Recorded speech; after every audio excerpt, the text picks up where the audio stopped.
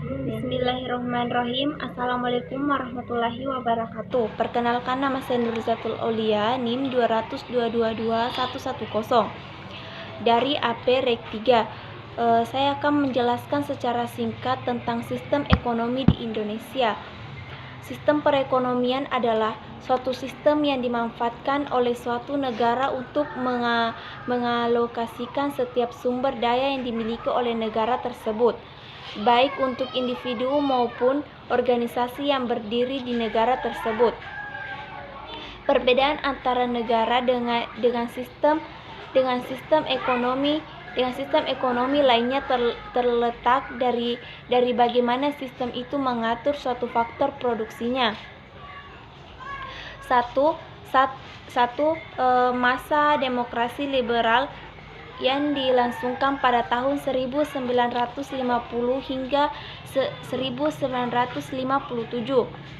Sistem ekonomi Indonesia yang pertama kali diterapkan adalah sistem ekonomi liberal. Sistem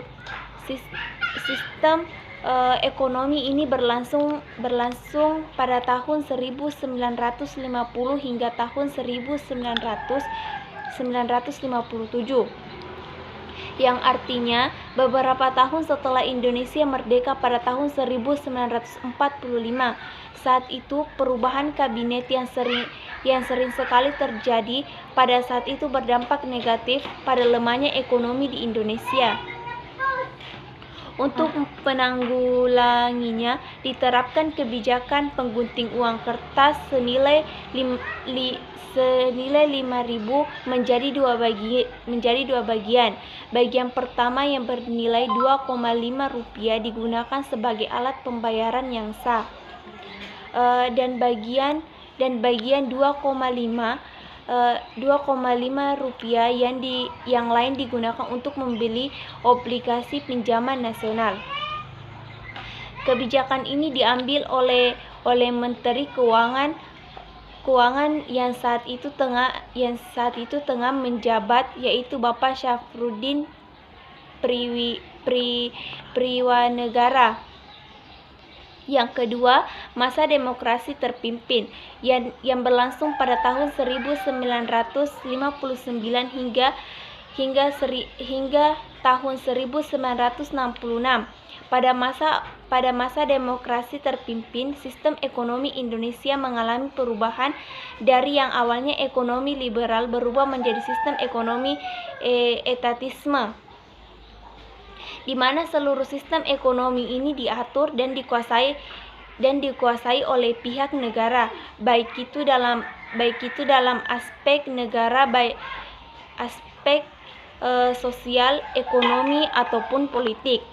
Sistem ekonomi ini dicetuskan oleh Presiden Soekarno di tahun 1959.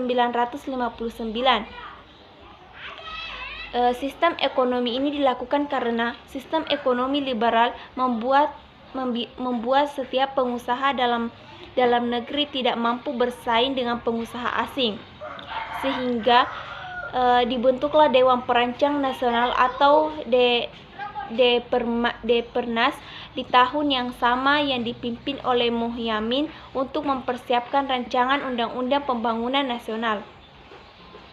Dan yang ketiga, masa demokrasi ekonomi yang berlangsung pada tahun 1967 hingga 1998.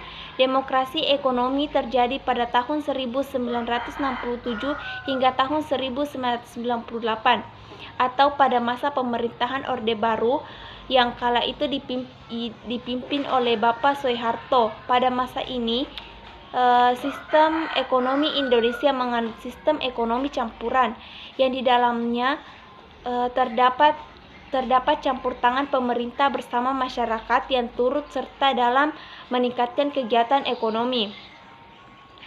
Pemerintah berperan sebagai pengendali ekonomi dan masyarakat berperan penuh sebagai pelaku produksi, distribusi dan sekaligus konsumennya. Usaha pemerintah ini bertujuan untuk membantu masyarakat agar terhindar dari masalah ekonomi modern, seperti kesulitan dalam menentukan harga barang atau jasa yang akan diproduksi.